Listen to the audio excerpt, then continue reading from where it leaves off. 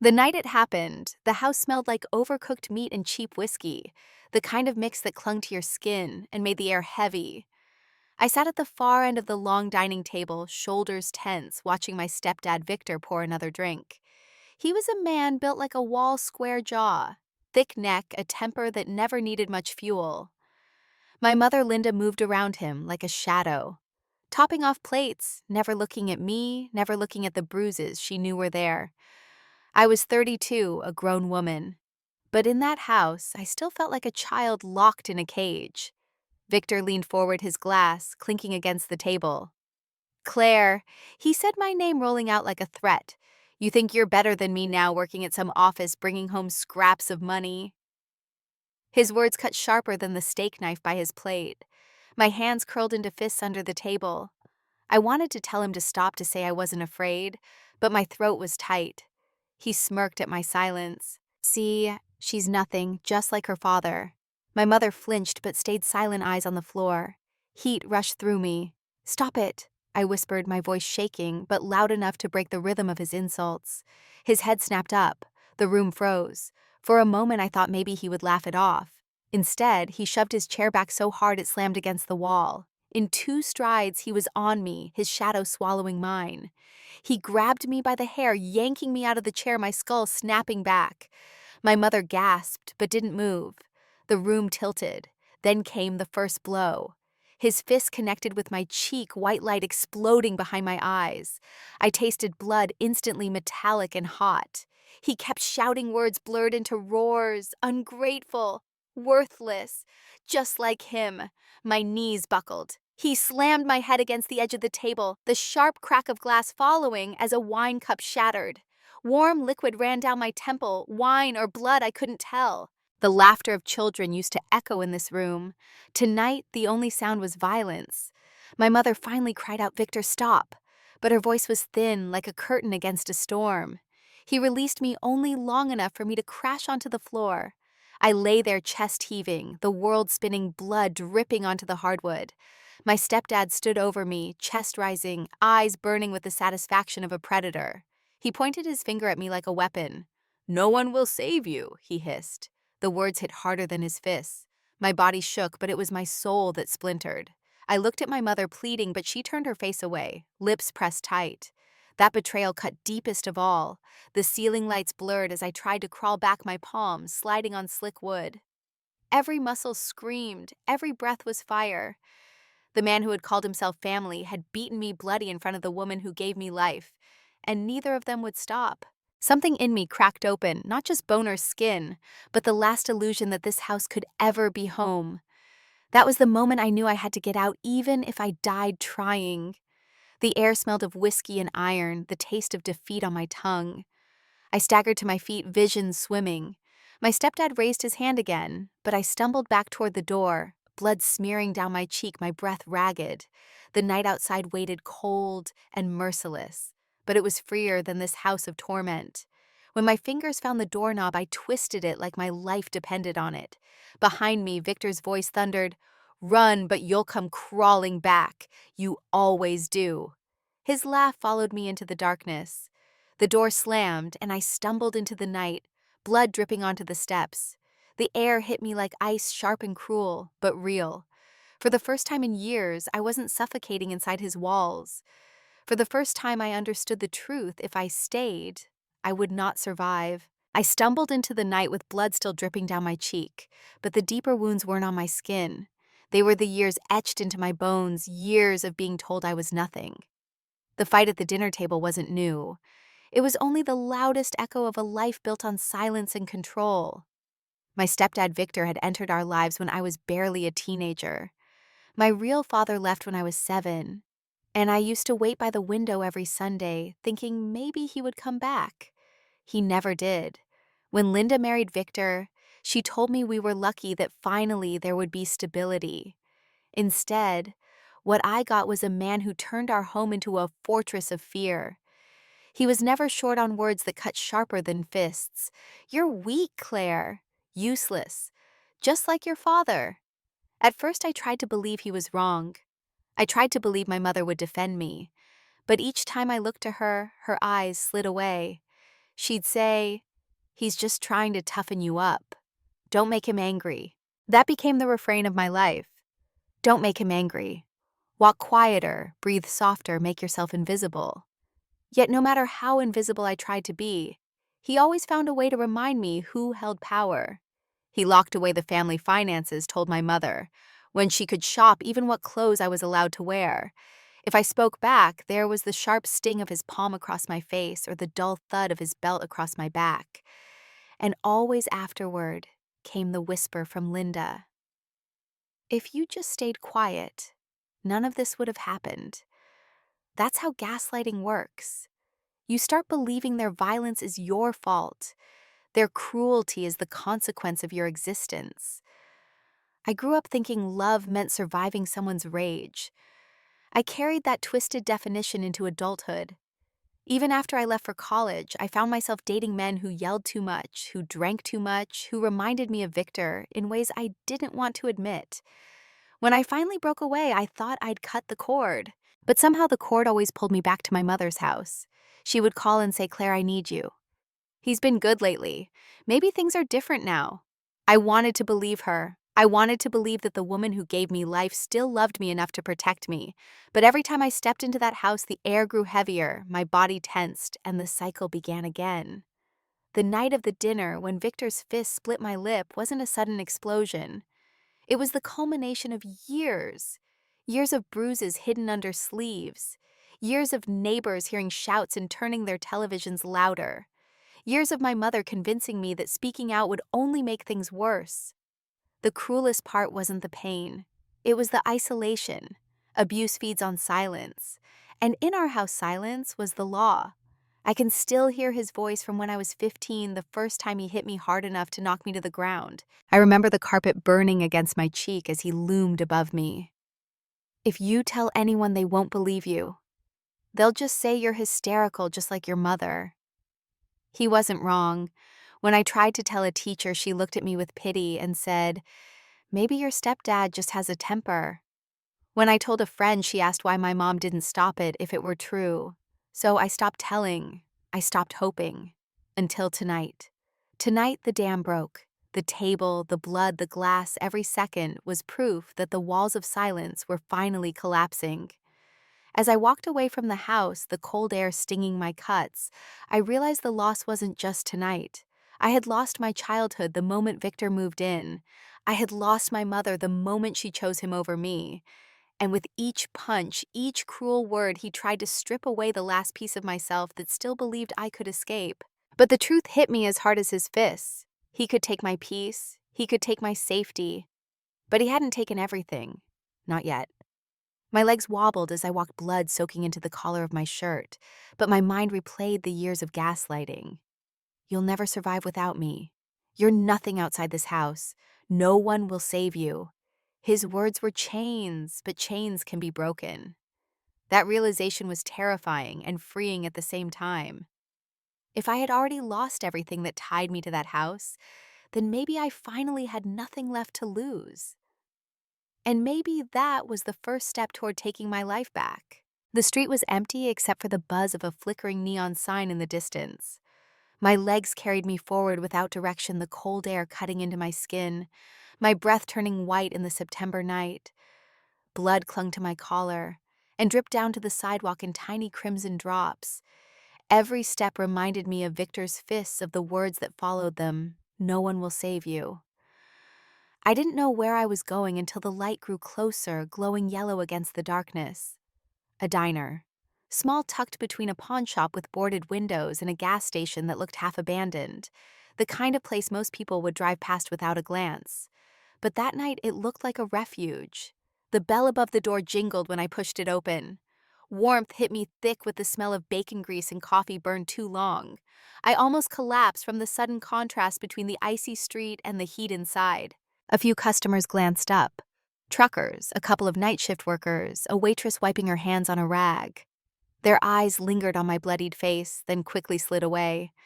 Nobody wanted to invite trouble. I slid into the last booth in the corner near the window. The vinyl seat was cold through my jeans, but it felt like the safest place I had sat in years. A waitress older with tired eyes came by and set a mug of coffee down in front of me without asking. I whispered a thank you, though my voice cracked. My reflection trembled in the dark surface of the coffee, swollen lip blood on my cheek eyes that didn't look like mine. I stared until my vision blurred. Victor's voice echoed inside me. Useless. Worthless. No one will save you. I pressed my hands over my face, trying to block it out. That was when I heard the scrape of a chair across the floor. My body stiffened. Someone slid into the booth across from me. I pulled my hands down and saw him, an older man. Maybe 70, weathered skin, gray hair, combed neatly back. His eyes locked on mine with a steadiness that made me shiver. He didn't look away from the blood, didn't flinch at my broken face. He just studied me as though I were a puzzle. "You look like someone I used to know," he said, his voice low and deliberate. "My daughter." I blinked, throat tight. Before I could respond, he leaned forward, slightly, elbows on the table. "She didn't survive. A man like yours took her away." The words landed heavy, sinking into the silence between us. My heart pounded, my mind spiraling. Who was this man? Why had he chosen me? I tried to speak, but no sound came. He didn't move. His gaze stayed steady, almost unbearable in its intensity. And then he reached across the table, his hand warm and firm on my trembling arm. 4 words slipped from his mouth, cutting through the storm inside me like a blade through fog. "Don't let him win." The words were simple, but they hit harder than Victor's fists. My chest tightened, my throat, burned, tears welled uninvited. It was as if this stranger had reached into the pit of my despair and pulled out the truth I had been burying all my life. Don't let him win. The diner noises, the clink of plates, the hum of conversation faded into the background. All I could hear were those 4 words echoing in my head, anchoring me in a way I had never felt before. I stared at him, unable to look away. "Why are you saying this to me?" I whispered. He held my gaze, his hand still steady on my arm. "Because I lost my chance to protect her. And I see the same war in your eyes. Don't let him win, not the way I did." His voice didn't break, but the weight of regret was carved into every word. My breath came uneven, but for the first time that night, it wasn't from fear. Something small flickered inside me. Weak, fragile, but real. A spark that Victor hadn't managed to beat out of me. The man didn't let go of my arm. His grip wasn't harsh, but it was steady, grounding me like a rope thrown to someone drowning. I searched his face, lined, weathered, the skin toughened by years under the sun, but it was his eyes that held me. Gray sharp, but carrying a sorrow that felt endless. "My name's Harold," he said finally. The syllables dropped like stones in water. I swallowed hard, my voice shaky. "Claire." It felt strange saying my name aloud in that booth, as if I were reminding myself I still existed. Harold nodded, as though confirming something he already knew. He sat back slightly, folding his large hands together on the table. "You've lost more than blood tonight. I can see it." My throat tightened. The words cut close, too close. I tried to glance away, but his gaze pulled me back. He sighed, eyes lowering for the first time.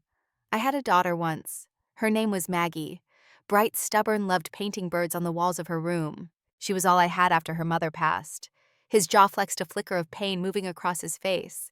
"Then she met a man. Charming on the outside, handsome, made promises no one could keep." I didn't see the monster behind the smile until it was too late. His fingers tapped the table slowly, a rhythm heavy with memory. I was a cop back then. Thought I knew how to read people. Thought I'd trained myself to see the truth. But in my own home, I was blind. Maggie started pulling away, hiding bruises under long sleeves. Said she fell. Said she was clumsy. And I believed her because I wanted to. Because facing the truth meant admitting I was powerless. His voice dropped lower. One night he beat her so bad she didn't wake up. She was 24. The words hung between us like smoke choking. My eyes burned. I wanted to say something, anything, but nothing felt right. He looked back at me, and in his eyes I saw the hollow echo of every parent's worst nightmare. "I hunted him." Harold continued, voice suddenly sharp. I wanted to put him 6 feet under with my own hands, but the system failed me. He walked free after a short sentence, technicalities and good lawyers. And me, I was left with a headstone and 4 empty words rattling around in my skull. He leaned forward again, his face close to mine, his tone steady as stone. Don't let him win. My chest ached as if his grief had crawled into my own ribs. His words weren't advice. They were a command forged in regret. I shook my head, tears spilling hot. I'm not strong like you, I can't fight him. Harold's eyes sharpened, his voice carrying the weight of a gavel. Strength isn't about fists or fury. It's about refusing to let the lie become your life. Abusers win when they silence you, when they make you believe no one will ever stand with you. But you're not alone. Not tonight. I blinked, my breath ragged.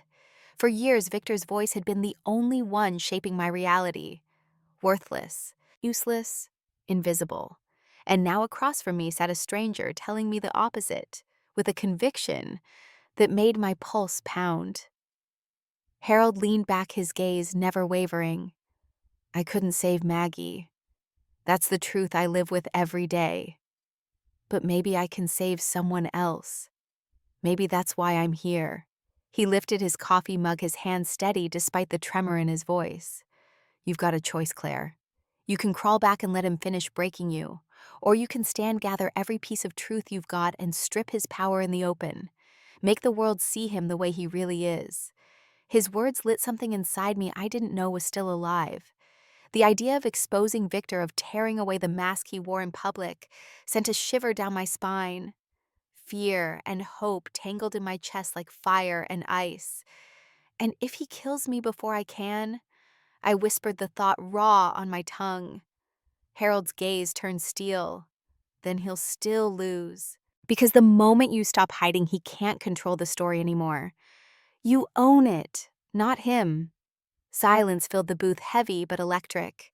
My pulse thudded in my ears. Don't let him win. The words carved themselves into me like scripture. For the first time in years, I believed I could fight back. Not with fists, but with truth. I sat there with Harold's words ricocheting in my chest. Don't let him win. They looped inside my head like a drumbeat I couldn't silence. For years, Victor had convinced me that silence was survival, that if I stayed small and compliant, maybe I'd make it through another day without bruises. But now I saw that silence wasn't survival at all. It was surrender. My hands trembled as I wrapped them around the warm coffee mug. I had walked into that diner broken, barely able to stand, but now something restless stirred inside me. A new kind of heat, different from fear. It was resolve. Harold must have seen the flicker in my eyes because he leaned closer. You've got a fire in you, he said quietly.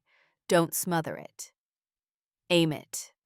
His voice wasn't kind, not soft. It was sharp, meant to cut through the fog of years of gaslighting. How, I whispered. He controls everything. The house, the money, even my mother. I can't fight a man like that. Harold's jaw tightened. You don't fight him in the dark. That's where he thrives. You drag him into the light. You collect proof, every word, every bruise, every scream, and you make it undeniable. His words cracked open memories I'd buried. The phone I once tried to use to record him, only for Victor to smash it against the wall. The diary I hid under my bed, filled with dates and injuries, only for my mother to burn it when he found it. Years of evidence erased by fear. But Harold was telling me to start again, to build my case piece by piece until even Victor couldn't destroy it. The thought terrified me. Yet beneath the fear was something sharper, the hunger to see him fall. My lip throbbed where it had split open earlier. I tasted the iron tang of blood again. But instead of shrinking back, I let it anchor me. Pain was real. Proof was real. If I could collect enough of it, maybe the world would finally see what I had lived with all these years. I wiped at my cheek, the dried blood cracking under my fingertips. If I try this, he'll come for me, I said, voice low but steady. He'll try to crush me. Harold didn't flinch. Then you make sure when he does, everyone's watching. That sentence lodged deep inside me, a second anchor. I thought of Victor at the head of the dinner table, smug in his power, certain no one could ever challenge him. The image made bile rise in my throat. What if one day, instead of fear in my eyes, he saw himself exposed on a screen for everyone to witness? The fantasy sent a shiver down my spine. I looked at Harold, truly looked at him, and saw not just a man haunted by loss, but a mirror reflecting what could happen to me if I did nothing. He had lost Maggie because silence won. I couldn't let that be my story, too. I straightened in the booth, the pain in my ribs flaring, but I welcomed it. Pain meant I was still alive, still able to choose. I'm not going back there tonight, I said. Not to sleep. Not to beg. If I go back, it'll be on my terms. My voice shook, but the words were steel. Harold nodded once, approval flickering in his eyes. Good. Don't wait. Start now. My breath caught. Now. He leaned in, his tone urgent. Every second you hesitate is a second he gains. Tonight you left that house bloody but alive. Use that. Turn your fear into fuel. You want justice. You want freedom. Then you start documenting. You start planning. And when the time comes, you don't flinch. My pulse raced. It sounded impossible. It sounded suicidal. But it also sounded like the first real chance I'd ever had. I thought of my mother's face turned away as Victor's fist connected with me. The betrayal still burned, but the image no longer paralyzed me. Instead, it sharpened my focus. She had chosen silence. I would choose something else. I pushed the coffee away, hands steady now. I'll do it, I whispered. I'll fight him. I'll make the world see. Harold's lips pressed into a thin line, almost a smile, but not quite. That's the only way you win. And in that moment, despite the blood crusted on my skin and the ache in my bones, I felt the first flicker of victory. The walk back to my apartment was slow, every muscle screaming, but my mind was sharper than it had been in years. Harold's words kept playing in a loop. Don't let him win. By the time I closed my door behind me, I already knew what I had to do. If Victor thrived in shadows, then I would drag him into the light. I started with the small things. I pulled out an old notebook, the kind I used to write numbers in for work, and I began to write down every detail I could remember from the last month dates, times the exact words he hurled at me, every bruise and where it landed. My handwriting shook at first, but the more I wrote, the steadier it became. Each word was a piece of armor. I knew a notebook wasn't enough, not in his world. Victor controlled the house, the money, even the narrative. My mother backed him without hesitation. If it came down to my word against his, I'd lose. So I needed proof he couldn't erase. I used what little money I had left in my account to buy a small hidden camera online. While I waited for it to arrive, I used my phone, careful to keep it charged and hidden. I tucked it into corners when I had to go back to the house, pressing record before dinners, slipping it under a stack of magazines in the living room. The first night, it captured his voice, roaring at me, calling me worthless, demanding I hand over my paycheck. My heart raced as I replayed it later in the dark of my apartment. Proof. For the first time, his power cracked, even if he didn't know it yet. But I couldn't do this alone. I reached out to Jenna, a coworker who had once asked me quietly about the bruise on my arm. I had brushed her off then, but now I told her the truth. She listened without judgment, her eyes hardening with every detail. Keep the files on a cloud drive, she said. Give me the password. If anything happens to you, I'll release them. My throat tightened at her words, but I nodded. She was giving me a lifeline. Next, I knocked on Mrs. Carter's door. She lived 2 houses down from my mother, an older woman with sharp eyes and a sharper tongue. She had called the police once when she heard shouting, but Victor had smoothed it over with charm and lies. Still, I knew she'd heard more than she ever admitted. When I told her I was building a case, her expression softened. I've seen you limp out of that house too many times, she muttered. If you need me, I'll testify. Enough is enough. Each ally felt like a brick in a wall I was finally building around myself, instead of against me. When the hidden camera arrived, I placed it in the corner of the dining room, angled just right to catch Victor's chair at the head of the table. That night during another dinner, he exploded when I didn't refill his glass fast enough. He hurled the empty tumbler across the room, the sound of shattering glass caught clean on video. "You'll never make it without me," he bellowed. I sat still, every nerve screaming. But inside I was smiling. Proof. Day after day, I gathered more. His rants, his threats, the way my mother's voice joined in with gaslighting. If you'd only behave, this wouldn't happen. I logged it all, backed it up, sent copies to Jenna. Each recording was another crack in his mask, another thread unraveling from the fabric of control he had wrapped around us. But it wasn't just about evidence.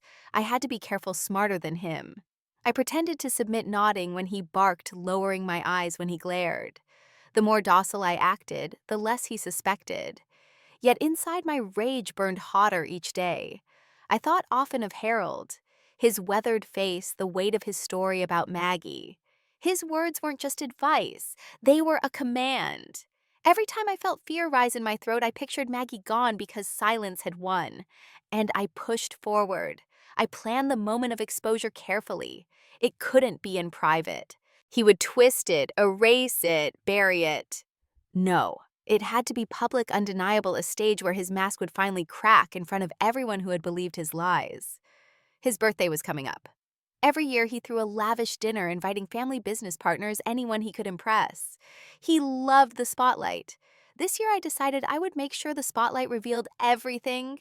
I transferred the best clips onto a flash drive and set them to autoplay in a slideshow. The images and sounds were brutal.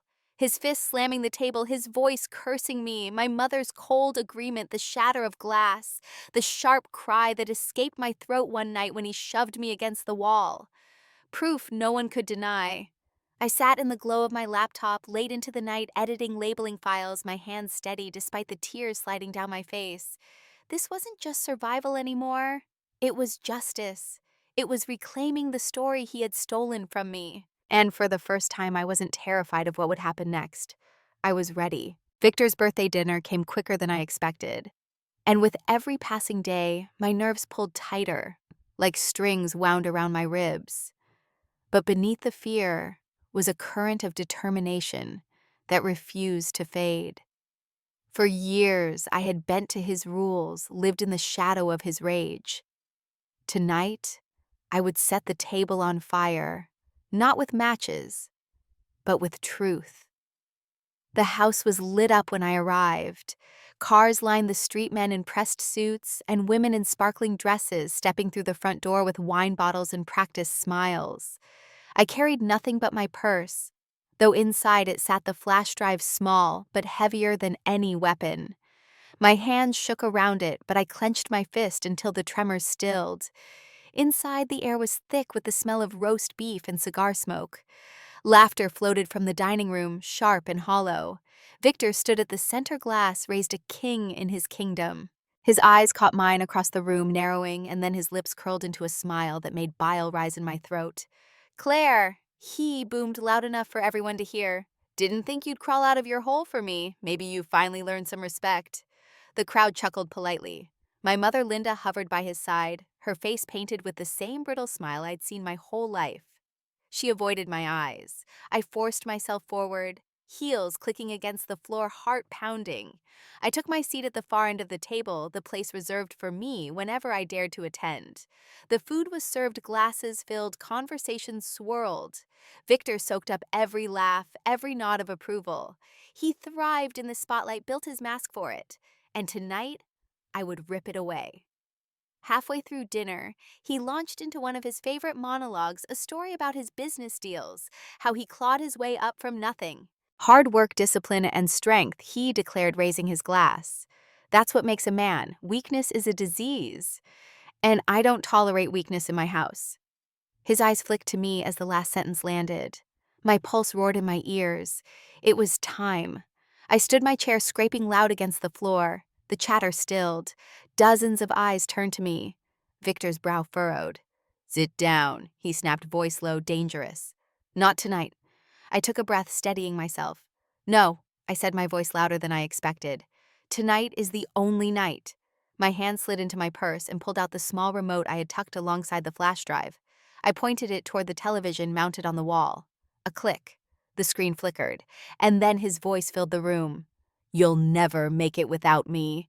The video showed Victor at the dinner table, glass flying from his hand, shattering against the wall. Gasps rippled through the guests. The next clip, rolled Victor's fist, slamming the table, his voice booming, "You're worthless, Claire. Worthless." My mother's voice followed, cold and calm. "If you just behaved, none of this would happen." The room went still. The mask Victor had worn for years cracked in an instant. He lunged to his feet, roaring, "Turn it off now!" But the slideshow kept rolling, clip after clip, his rage on full display. My body tensed, expecting his fists, but before he could reach me, a figure stepped into the doorway. Harold. He wasn't dressed like the others, no suit or tie, just a plain jacket. But his presence filled the room more than Victor's ever had. And behind him, two uniformed officers entered. The guests murmured, confusion mounting. Victor froze his face, red veins bulging at his temples. "What the hell is this?" he barked. One of the officers stepped forward. "Victor Dalton, you're under arrest for domestic assault, coercive control, and financial abuse. We have documented evidence and multiple witnesses." The words rang like music in my ears. Victor's jaw dropped, then twisted into fury. "You lying little—" He charged, but the officers grabbed him, forcing his arms behind his back, metal cuffs snapping shut. The sound was the sweetest click I'd ever heard. He thrashed, shouting, "This is my house! She's mine to discipline! You can't take me down!" Gasps turned to disgust among the guests, his own family members recoiling as his mask shattered completely. Linda finally moved, her voice breaking. "Victor, please!" But he whirled on her, spit flying. "Shut up! You let her poison you too!" The officers dragged him back, his curses echoing. I stood rooted, chest heaving, every nerve alight. The room seemed to spin, but I forced myself to look at him one last time. "You said no one would save me," I said, voice trembling but strong. "You were wrong. I saved myself." Silence followed, heavy and absolute. Even the clink of glasses had ceased. My mother's face was pale, lips quivering. She looked at me like a stranger. "Claire," she whispered, reaching out. I shook my head. "You chose him over me every time. Tonight you live with that." Tears welled in her eyes, but I turned away. The officers pulled Victor through the front door, his shouts fading into the night. For the first time in my life, his shadow didn't stretch over me. I turned back to the stunned crowd, their eyes darting between me and the blank television screen. Some whispered, others stared at the floor. No one defended him. Not anymore. My knees nearly buckled, but Harold's steady hand caught my arm. His grip was firm, the same grounding warmth as the first time he'd sat across from me. He leaned close and whispered so only I could hear. "You did it. You didn't let him win." The words broke me open. Tears spilled down my cheeks, but this time they weren't from fear or pain. They were from release. I had fought back. I had stood, and I had won. News spread faster than I expected. By the next morning, Victor's arrest was splashed across local headlines. "Respected businessman arrested at birthday dinner on domestic violence charges." His mugshot stared back at me from the television screen in my apartment, his once proud jaw clenched, tight eyes wild with rage. The man who had strutted through boardrooms and family gatherings with his mask of power was now exposed, stripped bare under fluorescent lights at the county jail. His empire of intimidation cracked in an instant. Business partners withdrew. Clients cut ties. By the end of the week, the company he'd built was collapsing under the weight of scandal. I should have felt nothing but triumph, yet a strange emptiness sat in my chest. Because behind every headline was the truth I couldn't ignore. My mother had stood beside him all those years, not as his victim, but as his shield. Linda called me 2 days after the arrest. Her voice was brittle, trembling. "Claire," she said, "we need to talk. Please come by the house." I almost hung up, but something in me needed closure, needed to face her with eyes unclouded by fear. When I arrived, the house felt different. The lights were dimmer, the silence thicker. Without Victor, it was just walls and echoes. Linda sat in the kitchen, her hands wrapped around a cold cup of tea. She looked smaller somehow, her shoulders hunched, her eyes rimmed red. For a moment, I saw the mother I had wanted her to be, the one who used to brush my hair when I was a child, humming soft lullabies. But then the memories crashed back. Her silence, her complicity, her voice joining Victor's to tell me I deserved the blows. I sat across from her, spine straight. She opened her mouth, but no words came. Finally, she whispered, I never wanted it to go this far. My laugh was sharp bitter. It went this far the first time you watched him hit me and said nothing. It went this far when you burned my diary instead of saving it.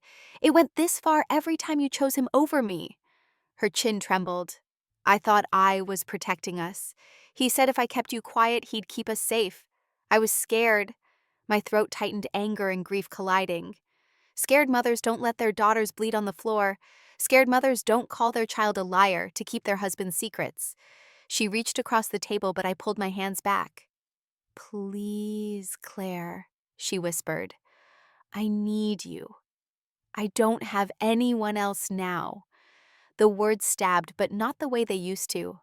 I realized in that moment the chain between us had finally broken. You had me, I said softly, and you gave me away to him every day for 15 years. I'm not your shield anymore. Her face crumpled, tears spilling. For the first time, I didn't feel the urge to comfort her. I stood chair, scraping against the tile. The police will probably come. They're investigating financial abuse. You signed the papers, remember? You'll have to answer for that. She gasped, eyes wide. You'd let them take me too. I held her gaze. I won't stop them.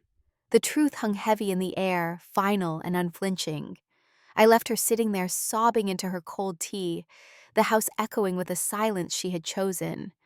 Outside, the air felt sharp and alive. I breathed it in, tasting freedom for the first time. Over the next week, I watched as Victor's world collapsed. Neighbors whispered, former allies turned their backs, and the man who had once boasted about discipline and strength now faced years in prison. The humiliation was public, undeniable. He had wanted power. Instead, he became a cautionary tale. And Linda investigators uncovered bank transfers accounts Victor had used her name to control. Whether she acted out of fear or greed, it didn't matter. She would have to answer for it.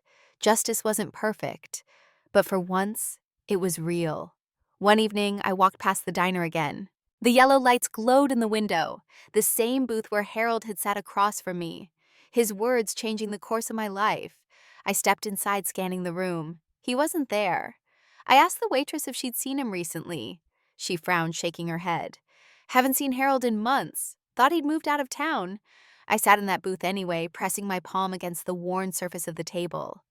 Whether Harold was a stranger passing through or something more, it didn't matter.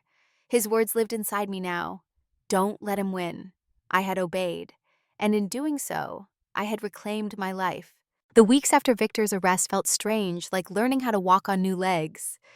For the first time in decades, I woke without fear of footsteps pounding down the hallway, without the shadow of his voice crawling under my door. The silence was no longer suffocating. It was mine. But freedom came with its own weight. The bruises faded, but inside the echoes remained. I knew if I wanted to build a life beyond survival, I couldn't carry them alone. I found a therapist who specialized in trauma. The first session, I sat stiff in the chair, hands clenched in my lap. It felt wrong to talk about the things I had been trained to hide, yet when the words came, they didn't stop. I told her about the dinners, the fists, the nights my mother called me hysterical. I told her about the way Victor's words had rooted so deep that even when I was free, I could still hear them. She listened, nodded, and reminded me, healing isn't about erasing scars. It's about learning they don't define you. For the first time, I believed it. I started joining a support group for survivors. At first, I just listened. Women and men of every age, each carrying their own battle wounds. Their stories were different, but the thread was the same: silence. Broken truth exposed. When I finally spoke, my voice shook, but no one turned away. They nodded. They understood. I wasn't alone anymore. Outside of therapy, life slowly pieced itself back together. I moved into a small apartment across town. The walls were thin, the paint chipped, but it was mine. I filled it with light plants on the windowsill, drawings I'd saved from when I was little, photos I finally dared to display. Each object was proof that I was building a home on my own terms. Harold never appeared again, but his presence never left me. Sometimes I walked past the diner at night, the yellow lights glowing warm against the dark, and I felt him there reminding me, don't let him win. And I hadn't. The trial loomed ahead, and I knew standing in court would tear open wounds again. But this time I wouldn't walk in as a victim begging to be believed. I would walk in with proof, with allies, with a voice sharpened by truth. Victor would face years behind bars. My mother would answer for her part. And me, I would keep living not in the shadow of what they did, but in the light of what I chose. Healing wasn't simple. Some nights I still woke gasping, heart racing, the phantom weight of Victor's hand on my arm. But I'd learned to breathe through it, to remind myself he was no longer in control. Each morning I woke and reminded myself I saved me, and no one could take that away. If you've listened this far, maybe you've seen pieces of your own life in mine. Maybe you've heard words like the ones Victor used, worthless, useless, invisible. And maybe someone you trusted told you it was your fault. That's how abusers keep their grip. They twist love into silence, they turn fear into chains, and they convince you that no one will ever save you. But here's the truth. I had to bleed to learn survival doesn't come from staying quiet. Survival comes from refusing to let their lies define you. Don't let them win. Those 4 words changed everything for me. They carried me through nights when I thought I couldn't stand, through mornings when the bruises still ached.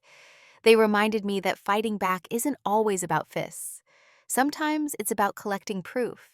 Sometimes it's about saying out loud what they swore you'd never dare. And sometimes it's about walking away and choosing your own life over their control. If you are in the shadows, now hear me, you are not alone. There are people who will stand with you, people who will believe you, people who will fight beside you when you take that first terrifying step into the light. Don't let silence be your prison. Don't let fear write your story. Expose them. Reclaim yourself. And keep standing. Thank you for listening to mine. If it moved you, if it made you think of someone who might need to hear it, share this story. Leave a comment. Tell me what you've lived through, what you've overcome. And if you want to hear more stories like mine, subscribe. Together we can remind each other that no matter how broken the night feels, there is always a reason to keep fighting.